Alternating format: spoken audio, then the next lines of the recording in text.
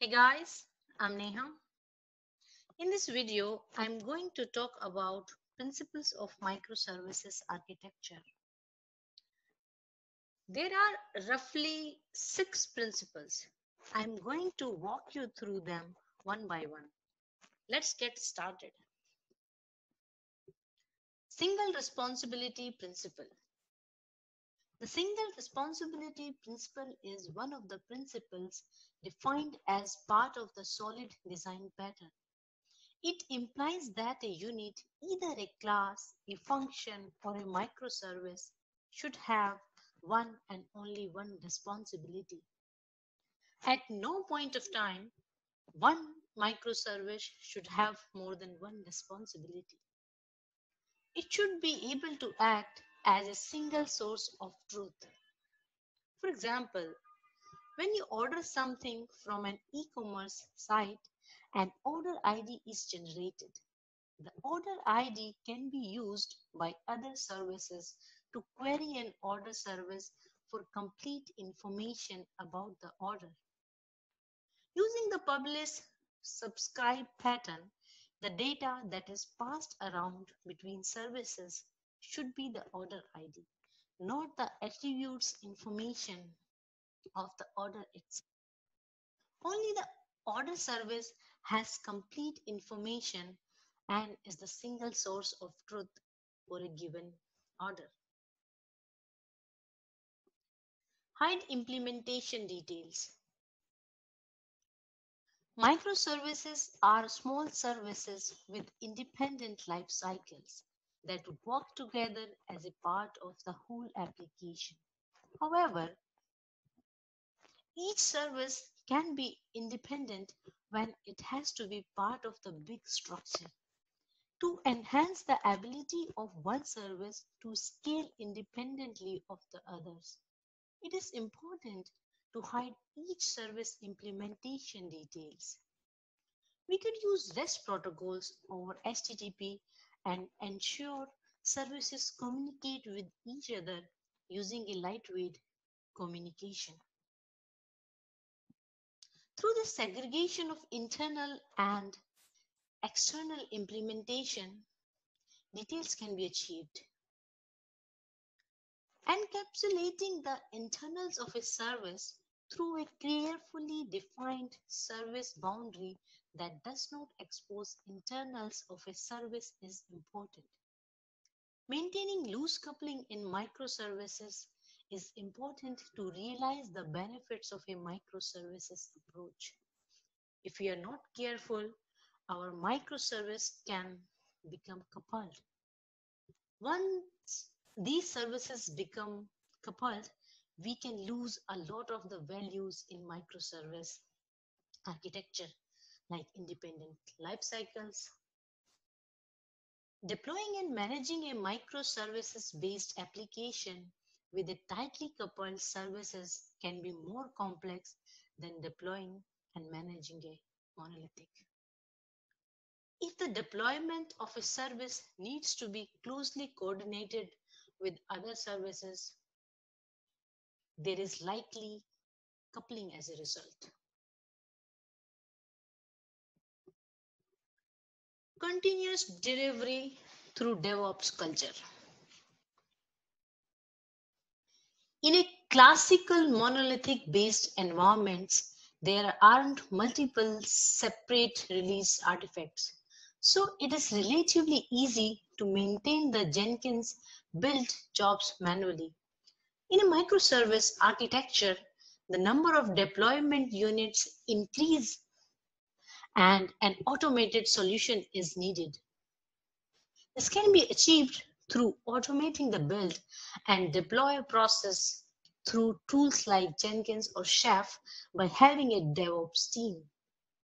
Microservices help to reduce the number of Jenkins jobs to one job for each artifact, which is able to build, release, and deploy the application.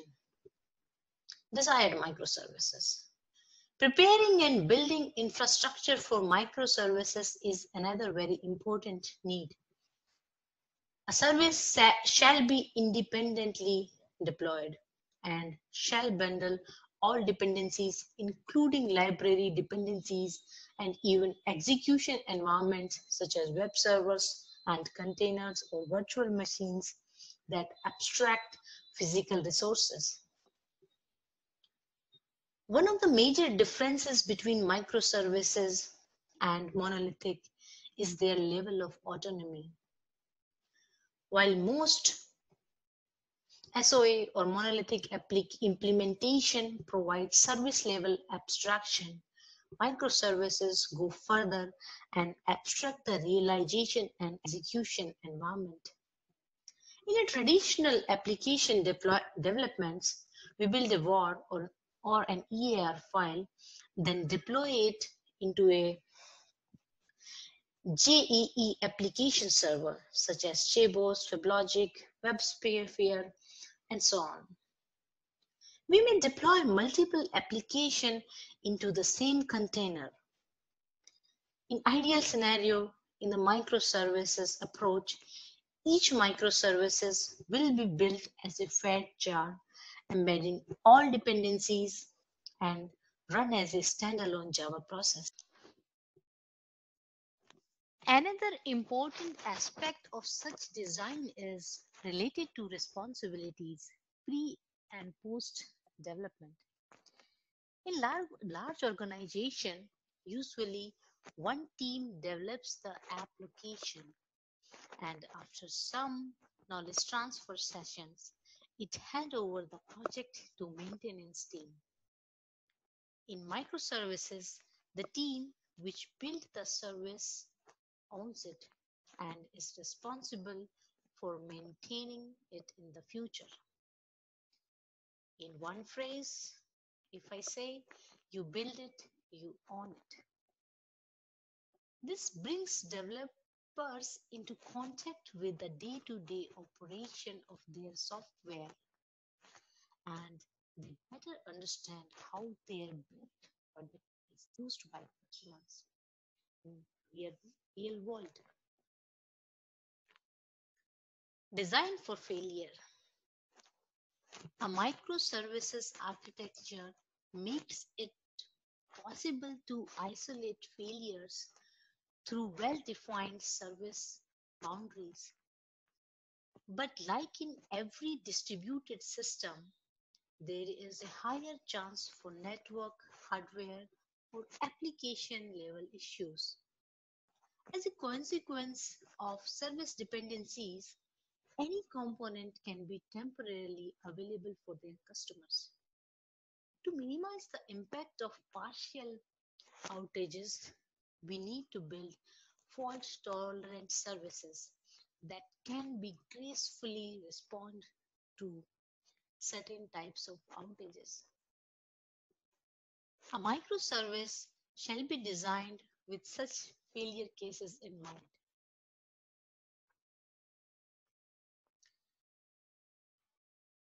Designing the microservices using some patterns like load balancer, circuit breaker pattern, failover caching can help to deal with such failures.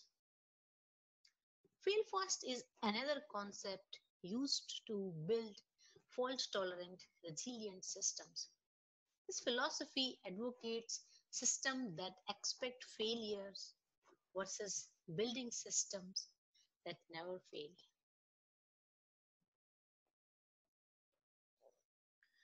Decentralization. Monolithic implementations usually have a single logical database for persistent data across a range of applications. It becomes complex to changes over a period of time. With microservices, each service can manage its own database, either different instances of the same database technology or entirely different database systems. An approach called polyglot persistence.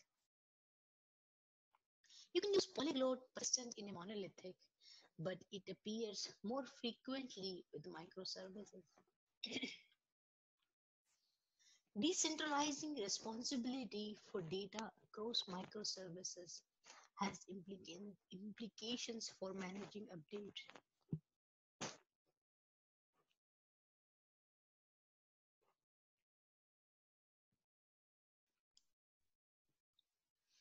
Distributed transactions are notoriously difficult to implement, and as a consequence, microservices architectures emphasize transaction-less coordination between services, with explicit recognition that consistency may only be eventual consistency, and problems are dealt with compensating operations.